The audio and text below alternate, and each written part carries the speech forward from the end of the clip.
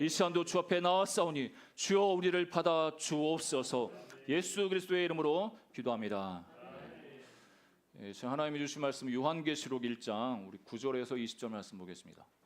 요한계시록 1장 9절에서 20절입니다.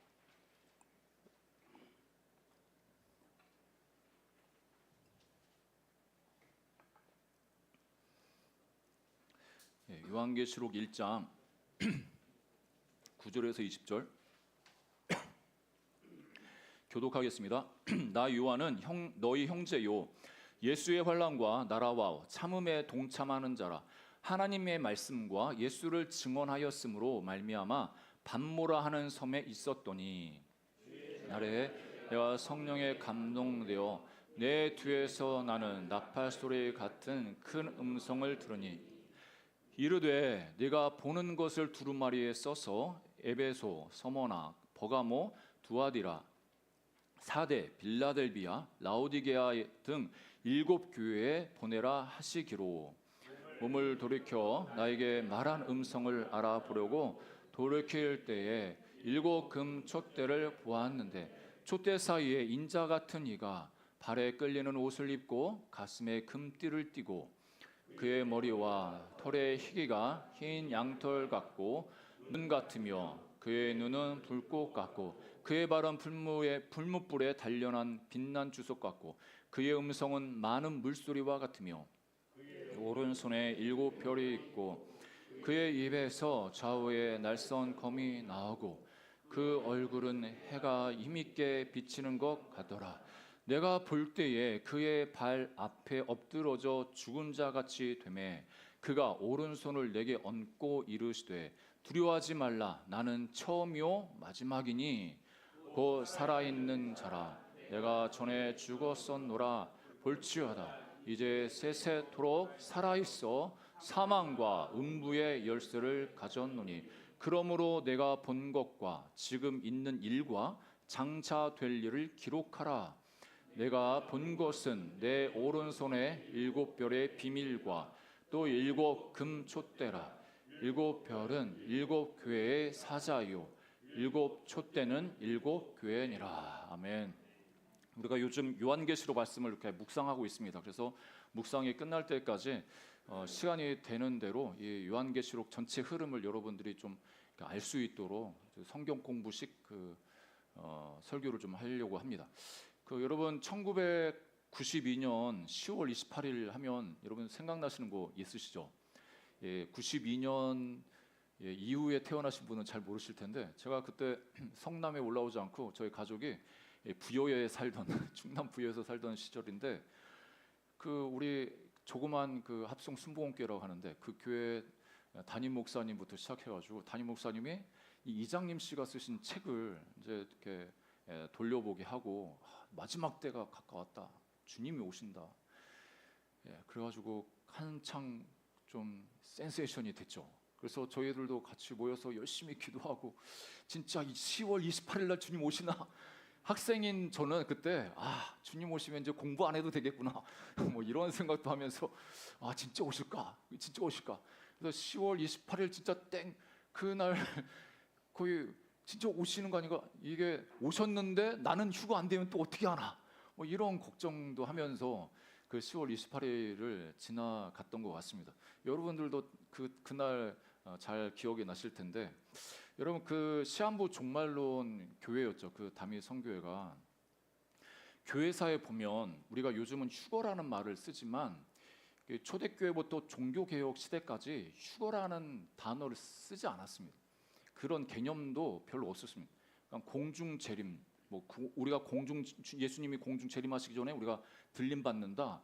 이런 개념은 19세기 초에 영국의 존 넬슨 답이라는 이분이 그 개념을 도입을 해서 신학적으로 체계화를 시켰습니다. 이것이 세대주의적 전천년설이라고도 합니다.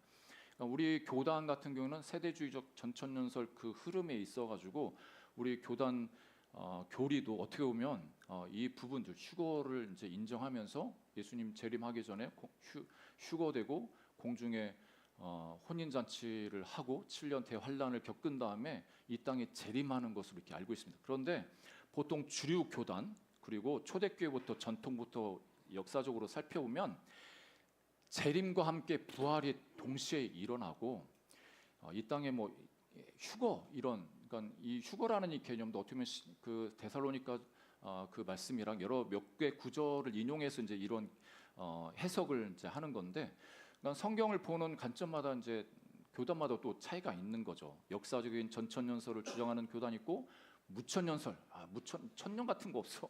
그냥 재림과 심판 그리고 새 하늘과 새 땅이 동시에 일어나는 거야. 이렇게도 해석하고 또 후천년설 같은 경우는 청교도 이쪽에서 이제 주장하는데 복음이 전파된 후에 예수님 재림하신다. 휴거는 없다. 이런 입장에 있습니다.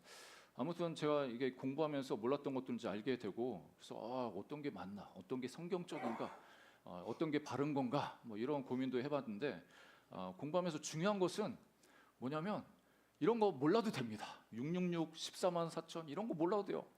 분명한 것은 우리가 종말의 시대를 살아가고 있고 예수님 재림하신다는 겁니다. 예, 그게 때가 언제인지 모르지만 우리가 재림하실 때 우리는 부활의 몸으로 예수님을 본다는 게 성경에서 지지하고 하나님께서 약속하신 말씀인 거죠.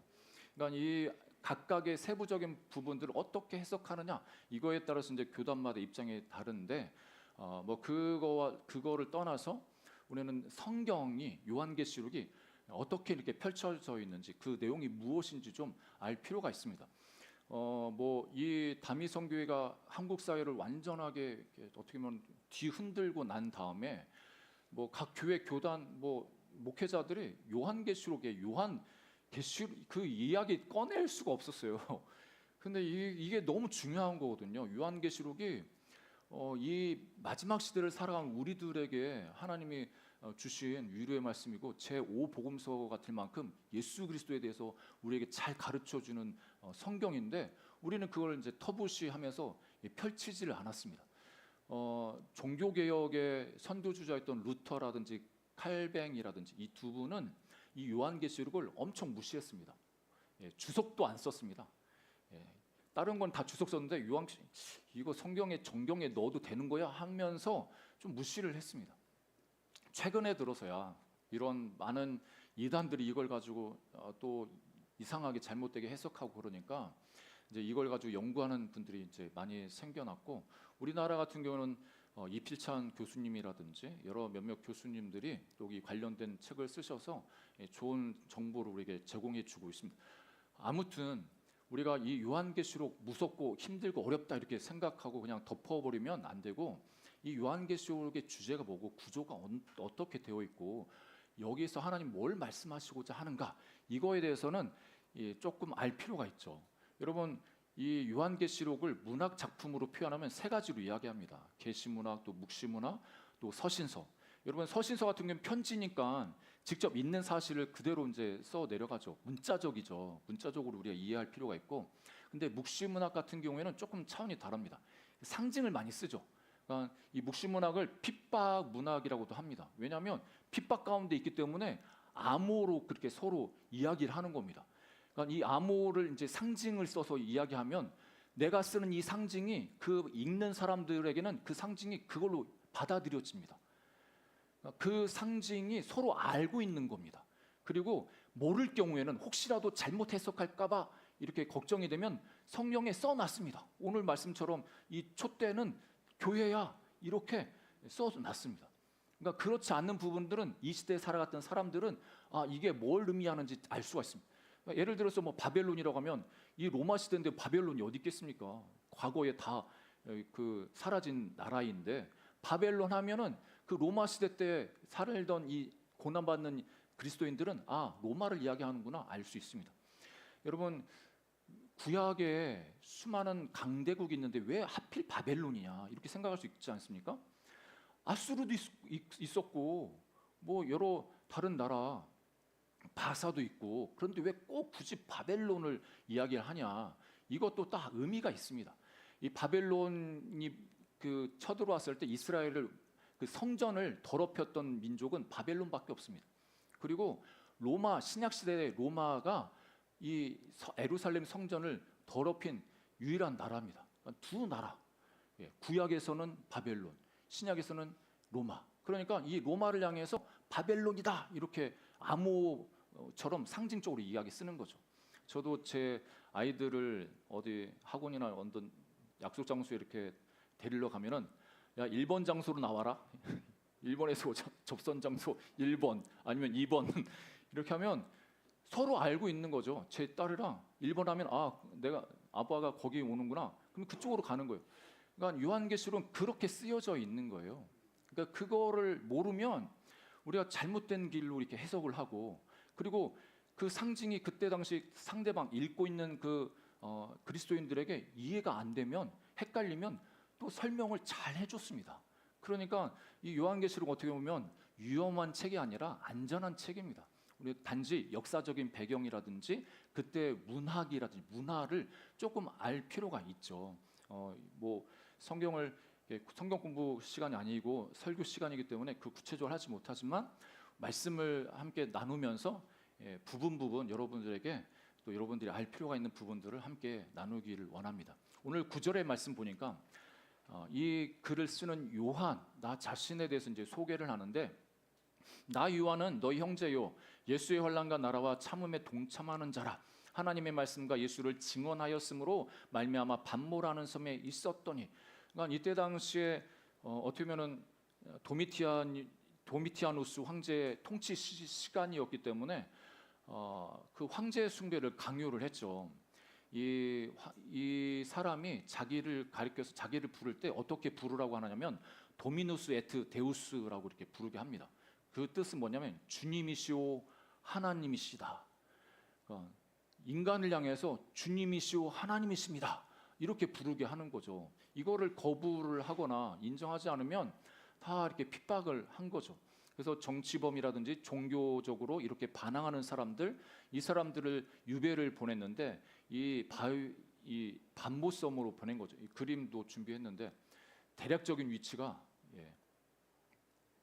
여기입니다. 에게해에 있는 이 지역으로 이제 이 요한을 유배를 보냈는데, 이 요한이 어느 날 10절에 보니까 주의 날은 오늘 주일 말합니다. 주일. 그러니까 예수님이 부활하시고 승천하시고 난 이후에 주의 날이라고 하면은 이제 주님의 부활한 그 날을 기념해서 주의 날 이렇게 합니다. 주일처럼. 그 주일에 이 요한이 성령의 감동을 받습니다.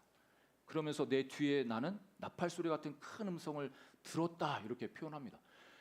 이 성령에 감동되어, 이 표현이 참 중요한 키가 되는데, 헬라어라 하면 푸뉴마티라고 해가지고 성령 안에서라는 의미가 있습니다.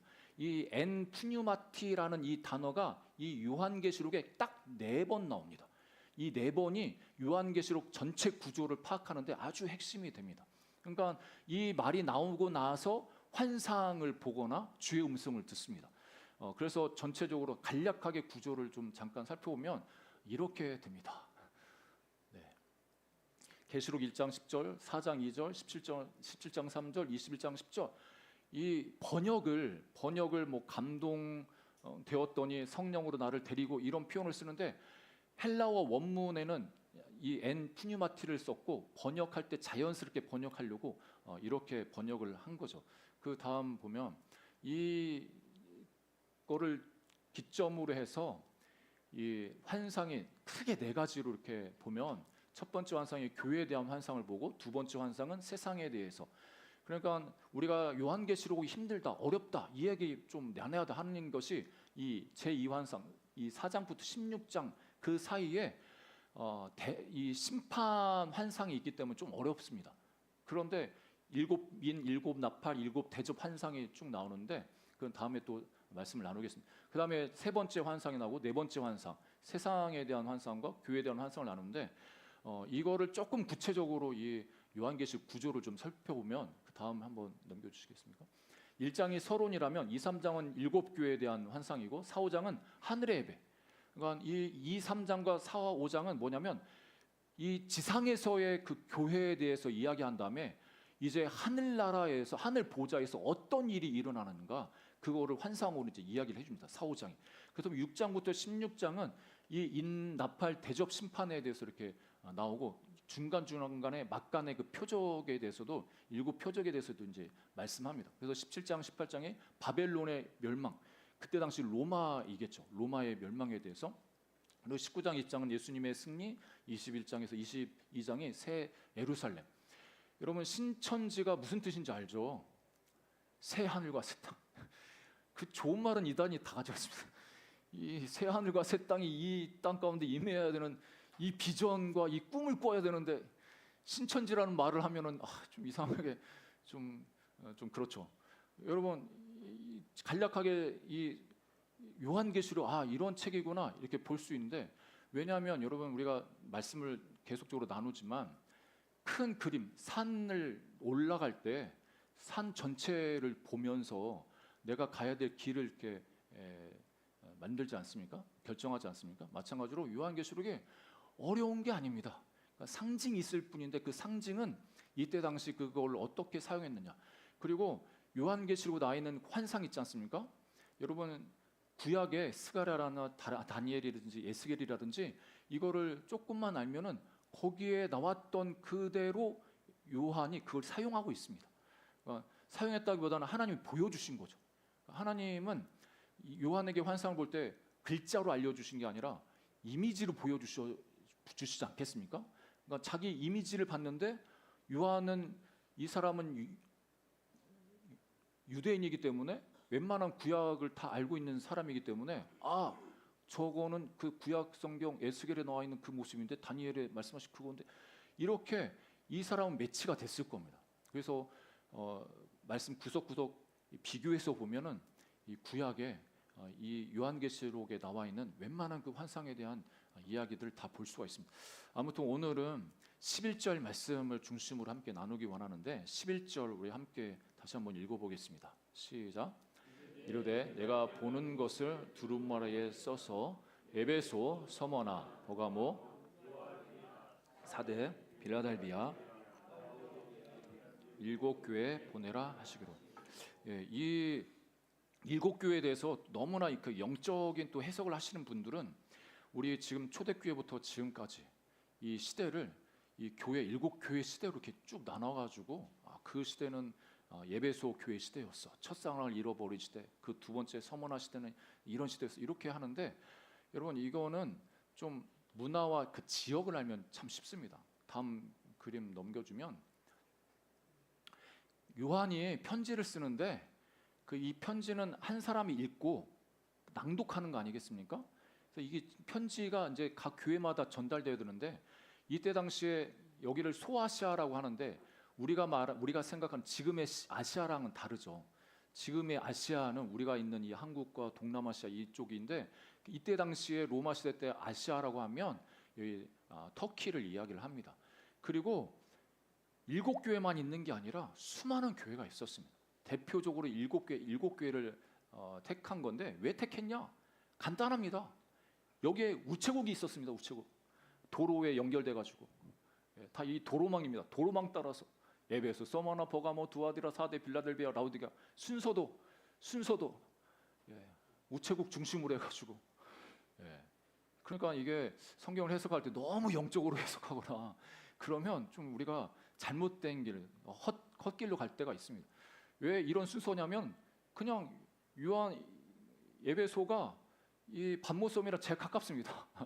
에베소로 먼저 편지 보내고 편지 받은 에베소 성도가 이제 다음 교회 이 길 따라서 서머나 교회 전달하고 또 전달하고 이렇게 했지 않겠습니까?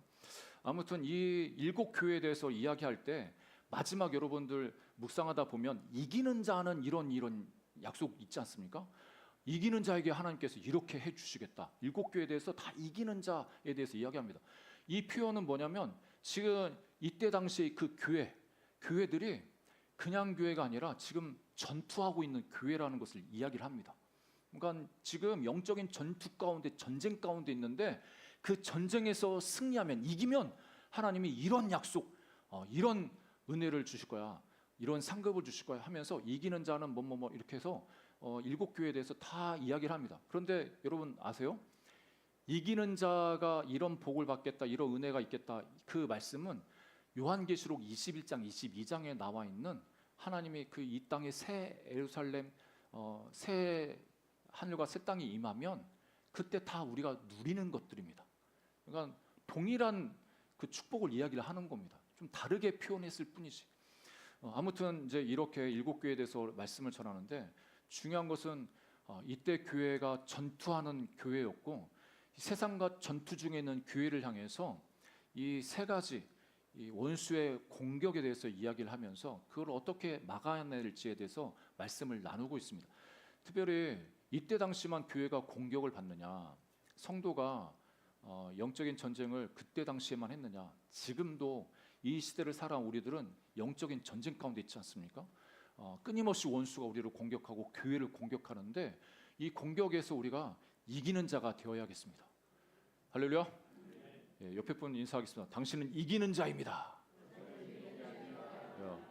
다시 한번 축복할까요? 우리는 이기는 교회입니다. 할렐루야. 예, 원수가 어떻게 공격하느냐, 세 가지를 좀 살펴보기 원하는데, 제가 시간을 보니까 너무 많이 간 것 같습니다. 간단하게 살펴보면, 첫 번째, 세상을 통한 핍박으로 원수가 우리를 공격하죠. 서머나 교회를 보면 요한계시록 2장 10절에 보니까 중간에 보시면, 마귀가 장차 너희 가운데에서 몇 사람을 옥에 던져 시험을 받게 하리니 너희가 10일 동안 환난을 받으리라. 이때 당시에도 이 지역에 살고 있던 유대인 그리스도인들 많은 핍박을 받지 않습니까? 그 환난을 받겠다고 그래서 옥에 던져지는 그런 일들이 있겠다고 이렇게 이야기를 하고 있습니다.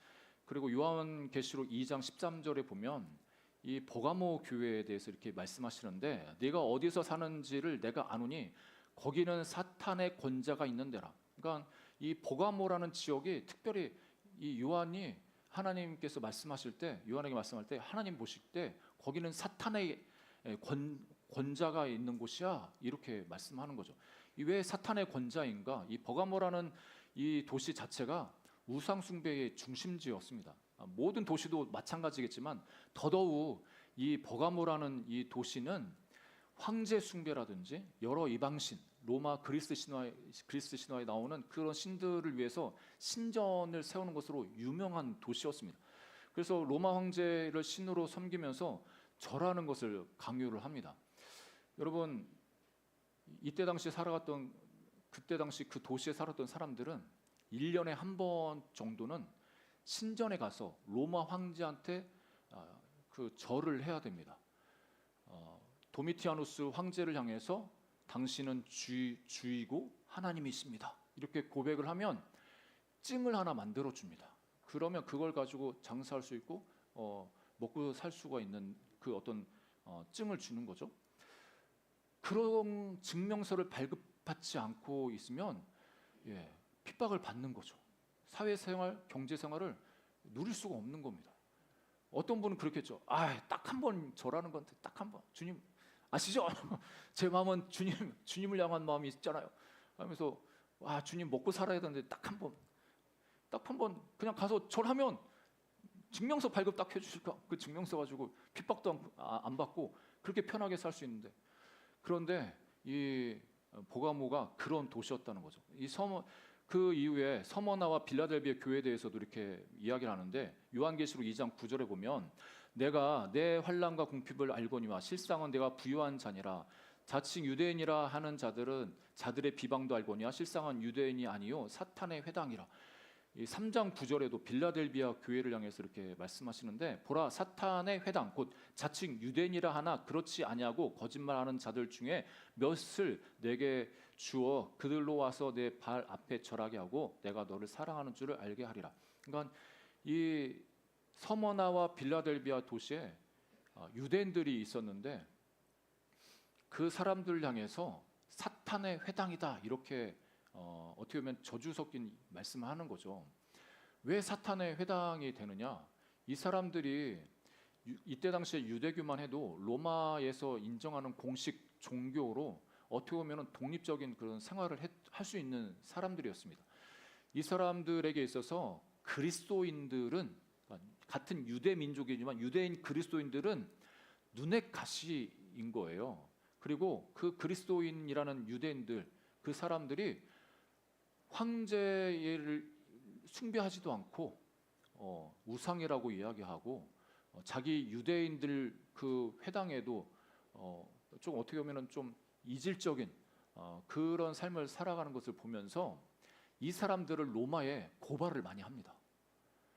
그리고 이 그리스도인들이 숨어서 이제 신앙생활을 하는데 이 유대인들이 갑자기 나타나가지고 이러는 거예요. 나도 예수님이 구원자인 걸 믿는다. 나도 너희들이랑 같이 신앙생활 할게 하면서 그 공동체에 같이 들어가는 거죠. 그러면서 이 사람들이 어디에 숨어 있는지 다 파악해냅니다. 그걸 가지고 와서 로마에 고발을 합니다. 이런 일들이 비일비재하게 있었다고 합니다. 그래서 이 사람들을 향해서 이 사탄의 회당이다 이렇게 말하고 있습니다. 여러분 참 그렇지 않습니까?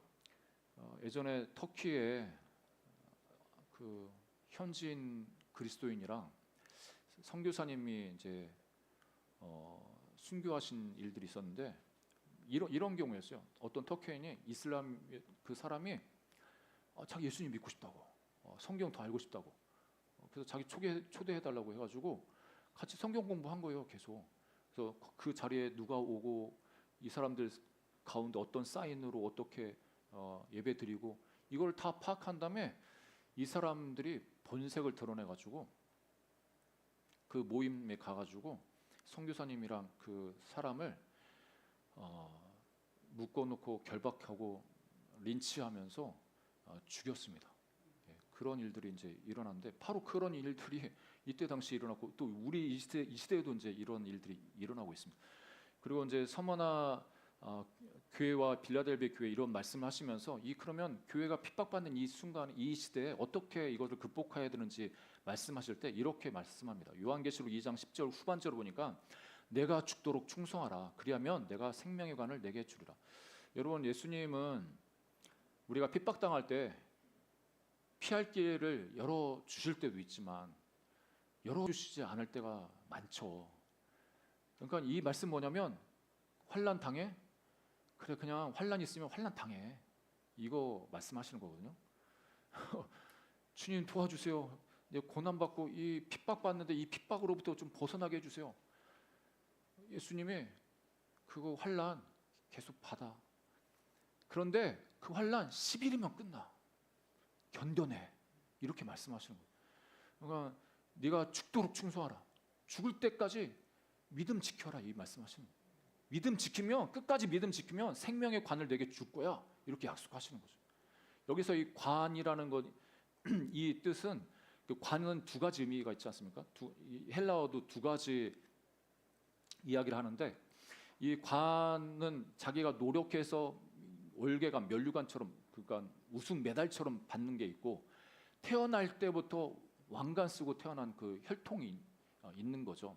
예수님을 가리켜서 이야기할 때 예수님이 관을 쓰셨다 이럴 때는 혈통으로 이미 하나님이 예수님이 왕으로서 이미 그런 왕관을 쓰신 걸로 말씀하고 여기서 생명의 관 이런 게 이야기할 때는 스테파노스라고 해가지고 우리가 어떤 경기에서 승리할 때 우리에게 주어지는 그 관을 영광의 면류관을 이야기를 합니다. 그러니까 너희들이 그렇게 어떻게 보면 고난을 이겨내고 끝까지 믿음 지키고 그러면 내가 결국에는 생명의 관을 너에게 씌워줄 거야. 보답해 줄 거야. 이렇게 말씀하시죠. 여러분 우리가 끝까지 믿음 지키고 승리하시기를 주로 축복합니다. 빌라델비아를 향해서도 3장 10절에 이렇게 말씀하시는데 그 전반부에 네가 나의 인내의 말씀을 지켰은즉 빌라델비아를 칭찬할 때 인내의 말씀을 지켰다. 그러니까 말씀을 끝까지 지켜냈다고 이렇게 고백을 칭찬을 해주고 있습니다. 두 번째는 교회 내부에 이단이 발생할 수 있음을 이제 경고하시는데 지금 우리 한국 안에도 신천지뿐만 아니라 하나님의 교회 여러 형태의 이단들이 있지 않습니까? 여러분 기독교라고 하면 기독교 인구, 개신교 인구 숫자 파악할 때요. 우리만 그 숫자에 파악이 되는 게 아니라 안식교, 이런 여호와 증인 이런 모든 사람들이 다 인원에 포함되는 거 아시죠? 네, 우리는 그 정부에서 발표하는 그 뭐 종교 데이터 보면서 와 우리 크리스찬이 이렇게 많아? 여러분 그게 다 우리 정통 개신교 신자만 있는 게 아니고 신천지 뭐 하나님의 교회 다 포함된 거예요. 다 포함된.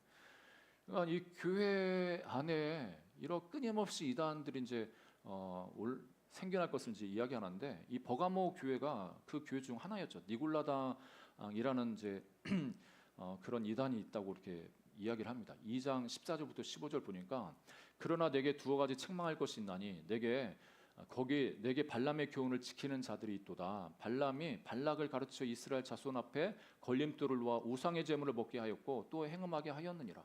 이와 같이 내게도 니골라당의 교훈을 지키는 자들이 있도다. 이 니골라당에 대해서는 성경 이 자체에 대해서는 설명을 하지 않지만 이 초대 교부들이 쓴 글에 의하면 이 사람들이 영지주의의 영향을 받고 있는 사람들이라고 이야기를 합니다. 영지주의 쉽게 말하면 그런 겁니다. 영혼은 구원 받았으니까 이 육체 가지고는 무엇이든지 해도 상관없다는 거예요. 내 영이 구원 받았으니까 내 육체로 뭘 어떻게 하든 그런 상관없는 거예요. 그러면서 성적으로 방종한다든지 우상 숭배를 이제 정당화를 시킵니다.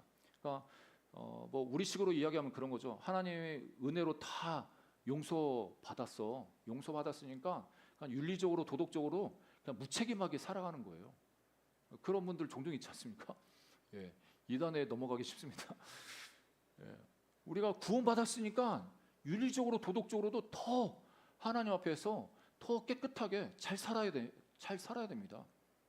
이 니골라 당인 이런 사람들이 그 교회를 회집고 다니면서 야 너 구원 받았으니까 괜찮아 하나님 다 이해 한 번 절하는 거 뭐 그 우상의 절은 그거 뭐 아무것도 아니야 괜찮아 이런 식으로 그 사람들을 미혹을 한 거죠. 그 다음에 두아디라 교회에도 자칭 선지자라는 여자 이세벨이 있었다고 이렇게 이야기합니다.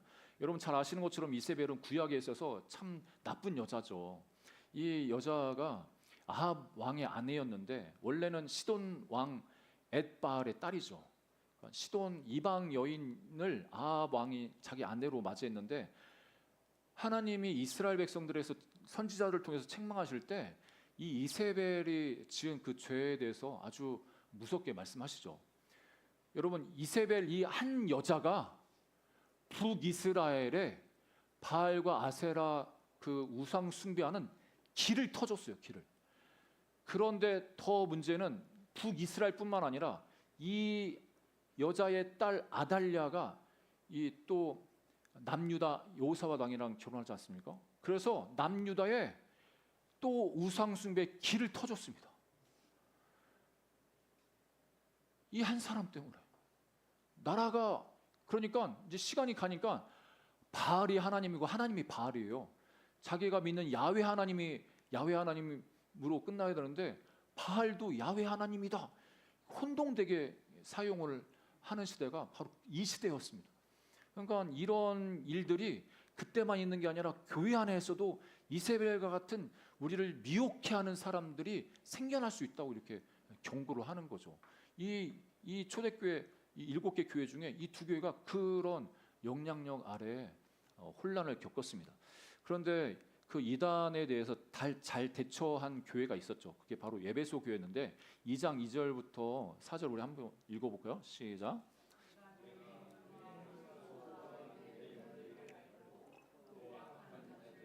하지 아니한 것과 자칭 사도라 하되 아닌 자들을 시험하여 그의 거짓된 것을 내가 드러낸 것과 또 내가 참고 내 이름을 위하여 견디고 게으르지 아니한 것을 아노라. 그러나 너를 책망할 것이 있나니 너희 처음 사랑을 버렸느니라.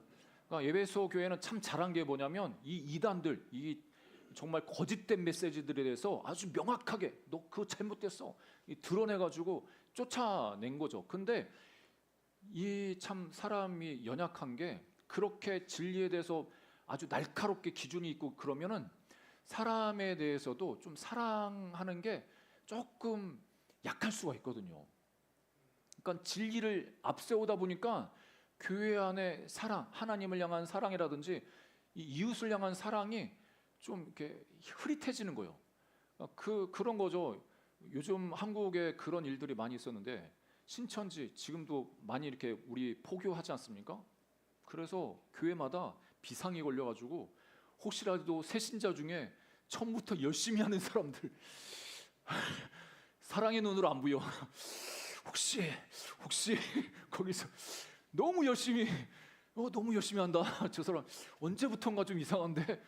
그러니까 이게 사랑으로 보듬고 이렇게 하기보다는 혹시라도 하면서 의심의 눈으로 보니까 성도들 안에 사랑의 마음이 조금씩 없어지는 거예요. 저 사람 저래도 되는 거야? 저 사람 저래 이렇게 하면서, 그러니까 이 에베소 교회가 그랬다는 거죠. 진리의 말씀으로 이단을 잘 척결했는데 하나님을 향한 사랑, 그리고 이웃을 향한 그 처음 사랑을 놓쳐버린 거죠. 어떻게 보면 이런 우를 우리도 범할 수가 있는데, 참 우리가 하나님을 향한 사랑, 또 이웃을 향한 그 사랑이 여전히 계속적으로 더 타오르기를 주의 이름으로 축복합니다. 세 번째 대지가 있지만 말씀의 결론을 맺겠습니다. 마지막 세 번째는 세상을 통한 유혹인데, 여러분 이 말씀만 살펴보고 마치려고 합니다. 여러분 라오디게아 교회 여러분 잘 아시죠?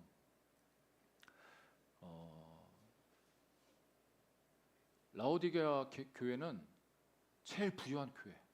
그러니까 이 지역 자체가 정말 풍성한 교회죠. 그러니까 단 하나 단점은 이제 물이 없어가지고 멀리서부터 물을 끌어와야 되는데, 물이 오면서 미지근해져가지고 먹을 때 너무 미지근해서 좀 안 좋았다고는 해요. 그래서 여기서 미지근하지 말로 이런 표현 쓰는 게 바로 그런 문화적인 배경이 있습니다. 근데 이 지역이 금도 나고 또 여러 어떻게 보면은 금융적으로 상업적으로도 발달된 도시였고, 그리고 이 옷에 있어서도 고급 의류를 그런 관련된 산업이 유명했다고 합니다. 그리고 눈약 제조로도 유명한 도시가 바로 이 라오디게아 도시였습니다. 그런데 이 교회를 향해서 하나님이 책망하실 때 뭐라고 말씀하시냐면 18절부터 3장 18절부터 20절인데, 책망하시고 나서 그 해결 방법을 이렇게 말씀하시는데, 우리 같이 한번 읽어볼까요? 시작. 내가 너를 권하노니 내게서 불로 연단한 금을 사서 부유하게 하고 흰 옷을 사서 입어 벌거벗은 수치를 보이지 않게 하고 안약을 사서 눈에 발라 보게 하라. 물은 내가 사랑하는 자를 책망하여 징계하노니 그러므로 내가 열심을 내라. 회개하라. 볼지어다 내가 눈 밖에 서서 두드리노니 누구든지 내 음성을 듣고 문을 열면 내가 그에게로 들어가 그와 더불어 먹고 그는 나와 더불어 먹으리라. 여러분 라오디게아 교회는 칭찬은 없습니다. 오직 책망만 받는 교회가 이 교회였습니다. 그러니까 외적으로는 부유하지만 신앙에 있어서는 미지근한 거죠. 그래서 미지근하기 때문에 토해낼 거라고 이렇게 말씀하시죠. 그렇지만 외적으로는 부유하지만 영적으로는 이 사람들의 신앙이 너무 가난하다고 말씀합니다. 벌거벗었다고, 또 눈이 멀었다고, 눈에 좋은 그 눈약을 가지고 그걸 생산하는 그 지역인데도 너희들은 눈이 멀었어, 가난해, 벌거벗었어, 이렇게 말씀하시면서 이 사람들의 신앙이 회복되기를 도전하고 계십니다. 우리가 이 땅을 살아갈 때 지금은 우리 한국적인 상황은 어떻게 보면 핍박이 그 전만큼 있지 않는 것 같습니다.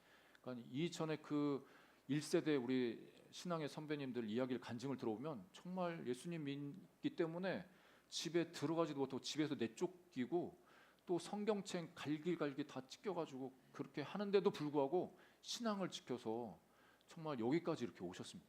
근데 그 1세대들의 그 눈물의 기도, 그 하나님 앞에 부르짖음, 그걸 하나님께 들어주셔서 이 한국의 분위기가 바뀌었지 않습니까? 그래서 자유롭게 예수님 믿게 되고 또 경제적으로 이렇게 성장하고. 그런데 지금은 다른 도전들이 있는 거죠. 너무 부유하고 너무 다 만족스러우니까 그 외적인 만족이 내적인 만족인 것처럼 영적으로 눈멀고 가난하고 보지도 못하고 있는 이런 상황인데도 자기 자신에 대해서 영적으로 분별이 안 되는 그런 상황 가운데 놓이게 되었습니다. 이럴 때 우리가 다시 한번 우리의 신앙을 다시 한번 깨워서 오늘 그 어려움을 해결할 방법을 뭐라고 말씀하시면 20절 볼지어다 내가 문 밖에 서서 두드린다고 말합니다. 이게 앞뒤 문맥 다 잘라서 우리가 예수님 그 전도할 때 사형에 전도할 때 영접할 때 초대하는 말씀이거든요. 마음의 문을 열면 주님께서 당신 마음에 들어가셔서 당신과 영원토록 함께 계신다고. 우리가 좋아하는 것 여러 가지 많죠. 그거 하지 말라는 얘기 아닙니다. 취미생활 하지 말라는 얘기 아닙니다. 그런데 그걸로 세상의 좋은 것들로 내 마음이 다 빼앗겨 가지고 내 마음 안에 예수님은 온데간데 없으시고 그걸로만 채워져 있다면 이게 심각한 문제인 거죠. 그래서 라오디게아 교회를 향해서 너희들 마음 문을 좀 열어 예수님 다시 초청해서 그 예수님 중심으로 다시 이렇게 그렇게 신앙생활을 해야 돼 이렇게 말씀하시는 겁니다. 여러분 우리가 매 순간순간 우리가 즐겁게 또 만족스럽게 생활하는 그때에도 예수님을 잊지 않는 저 여러분 되기를 주님으로 축복합니다. 그래서 끊임없이 예수님을 초청하고 예수님과 동행하기 위해서 예수님을 바라보며 살아가는 우리 모두가 되시기를 주의 이름으로 축복합니다. 제 마음의 소원함은 우리 교회가 칭찬받는 교회가 되길 원합니다. 저와 여러분이 칭찬받는 이기는 자가 되길 원합니다. 7교회 중에 딱 2교회만 칭찬만 있습니다. 책망이 없습니다. 그게 여러분 잘 아시는 것처럼 서머나와 빌라델비아입니다. 이 서머나 교회 같은 경우에는 환난 궁핍 가운데 있었지만 실상은 하나님이 부유하다고. 그러니까 우리가 가난하고 힘들고 어렵게 살아도 우리가 주님만 붙들고 주님을 믿고 주님으로 인해서 기뻐하고 감사한 이거를 보면서 하나님이 너 부유한 자야 이렇게 인정해 주시는 거죠. 그리고 이 빌라델비아 교회를 향해서도 적은 능력, 뭐 특별한 큰 능력이 아니라 적은 능력이 있음에도 불구하고 하나님 말씀을 잘 지켜냈다고 칭찬하십니다. 여러분 뭐 우리가 믿음이 커야 뭐 어떤 큰 믿음이 있어야 어떤 큰 일을 이룬다. 예, 그럴 수 있죠. 그런데 하나님 보시는 것은 겨자씨 하나일 만한 믿음만 있어도 하나님 그것을 너무 귀하게 여기시는 겁니다. 그러니까 그 믿음 가지고 이 시대에 그 믿음을 잃지 않고 끝까지 승리하는 우리 위리 하늘교회 우리 모든 성도 되기를 주의 이름으로 축복합니다. 시간 같이 기도하는 시간 갖겠습니다. 주님, 우리가 하나님 앞에서 이기는 자로 끝까지 있기를 원합니다. 하나님, 우리 위리 하늘교회가 서머나 필라델비아 교회처럼 하나님께 칭찬받는 교회로 그렇게 서기 원합니다. 우리를 인도하여 주시고 이 세상 속에서 날마다 영적